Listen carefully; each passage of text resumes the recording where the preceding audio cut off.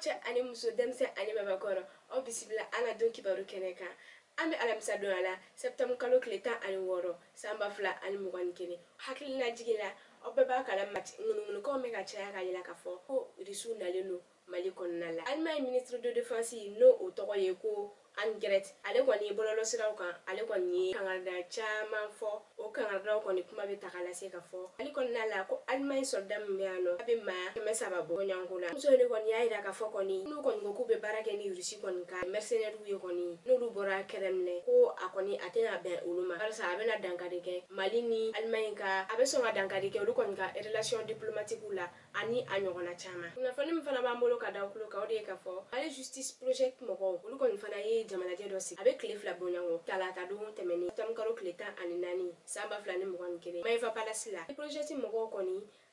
ka fara l'USAID mɔgɔw kan olu kɔni fana ye nin ko in jateminɛ ka fɔ ko maliyɛn mana ta 100 sara i mana 20 ɲɔgɔn bɔ a la tɔgɔ bɛɛ kɔni bɛɛ lajɛlen kɔni ni justice ko problème ser'u ma u ti ɲɛ sɔrɔ a la donc u ka jamanajɛ in kɔni sigikun de ye ka fɔ k'u b'a lajɛ maliyɛn yɛrɛ bɛɛ lajɛlen bɛ se ka justice sɔrɔ cogo min na maliyɛn bɛɛ lajɛlen bɛ se ka i mana don fangalataga la i bɛ se ka ɲɛ sɔrɔ a la bingani tɛ k'i kan. Mali Justice Project mɔgɔw u kelen kɔni ma nin baara in boloda barisa initiative bɔra USAID mɔgɔw la nka dɛmɛbaga wɛrɛw tun b'u la ko in kɔnɔna na n'o ye ONG féminine mɔgɔw ye ani ministre de la justice ka représentant n'o tɔgɔ ye Mohamed Najim olu kɔni bɛɛ lajɛlen kɔni fana ye nin tile 2 jamanajɛ in kɔni kɛ ɲɔgɔn fɛ olu kɔni nana nin baara in na u m'a kɛ pour que ka mɔgɔ impressionner olu kɔni bɛ ka baara in kɛ pour que maliyɛn bɛɛ dɛmɛ bɛ kan justice la cogo min na parce que binganiw cayalen don. Mohamed Najim n'o ye ministre de la justice kɔni fana ka représentant ye a y'a yir'u la ka fɔ ko gouvernement bɛ n'u dɛmɛ u ka nin baara in na. Min b'an bolo ka da kulo kan fana o de ye ka fɔ Rusi mɔgɔw kɔni y'a affirmer ka yira ka fɔ ko soldat minnu nalen filɛ nin n'u mɔgɔ bɛ k'u wele ko groupe Wagner n'olu ye mercenaires ye k'olu ka mɔgɔ bilalen tɛ. Faransaw tun b'a la ka fɔ ko ni Mali sɔnna ka accord signer ni Rusiw kɔni ka soldats ye kɔni k'olu fana bɛ taga donc o kɔnɔna la Rusi mɔgɔw bɔra ka fɔ Wagner mɔgɔw kɔni tɛ olu ka mɔgɔ nalen ye k'olu ma représentant foyi bila ka na Bamako. Talata tɛmɛnen Jean-Yves Le Drian ale kɔni ye kangarida kɛ ka yira ka fɔ ko ni Mali kɔni ye traité dɔ signer ni Rusiw kɔni fana ka mercenaires ye k'olu fana bɛ taga bɔ Mali kɔnɔna la barisa a yirala ka fɔ k'u bɛ yan nɔ a bɛ san 8 ni dɔ bɔ olu bɛ yan nɔ Mali lakana de kama ko donc maliyɛnw tɛ se k'a fɔ k'u bɛ na ni mɔgɔ wɛrɛ ye ka fara olu kan an dun ka jateminɛw b'a yira ka fɔ maliyɛnw yɛrɛ y'a yira ko olu kɔni yɛrɛ tɛ Faransi ko la bilen ko Faransɛw ka taga bɔ Mali kɔnɔna la. Peskov n'o ye Kremlin porte-parole ye o kɔni fana y'a yira ka fɔ ko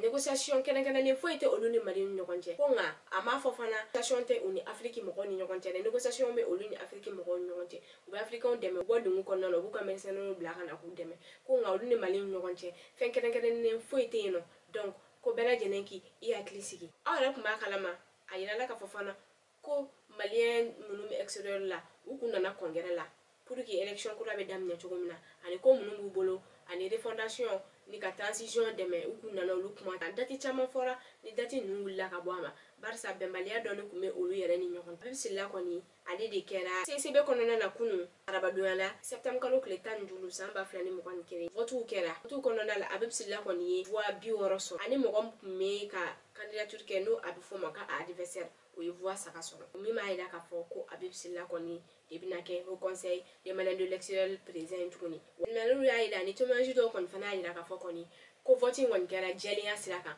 ko barisa oui ou bien non de kun don ko vote kɔni tɛmɛsira kɛra o cogoya la janfa ma k'a kɔnɔ wa a kɛra jɛya kan a yirala k'a fɔ fana ko candidature kɔni tun ye mɔgɔ 3 ye Abibisila Isaka Tarawele ko ani Abdoulaye Ba nka u ma sɔn Abdoulaye Ba ka candidature ma barisa ale ma règlement bɛɛ respecté donc concours tora Abibisila ni Isaka Tarawele de ɲɔgɔn cɛ Abibisila kɔni kɛra o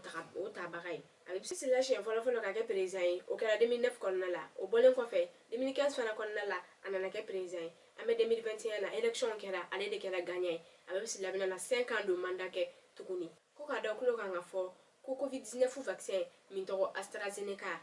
ko a deuxième dose sɔrɔla a sɔrɔla wa a distribution daminɛna tuguni n'a sɔrɔ mɔgɔ minnu tun y'a première kɛ olu bɛna se ka taa deuxième kɛ kibaruya minnu tun b'an bolo k'a lase aw ma o de ye nin an b'a fɔ aw kan bɛn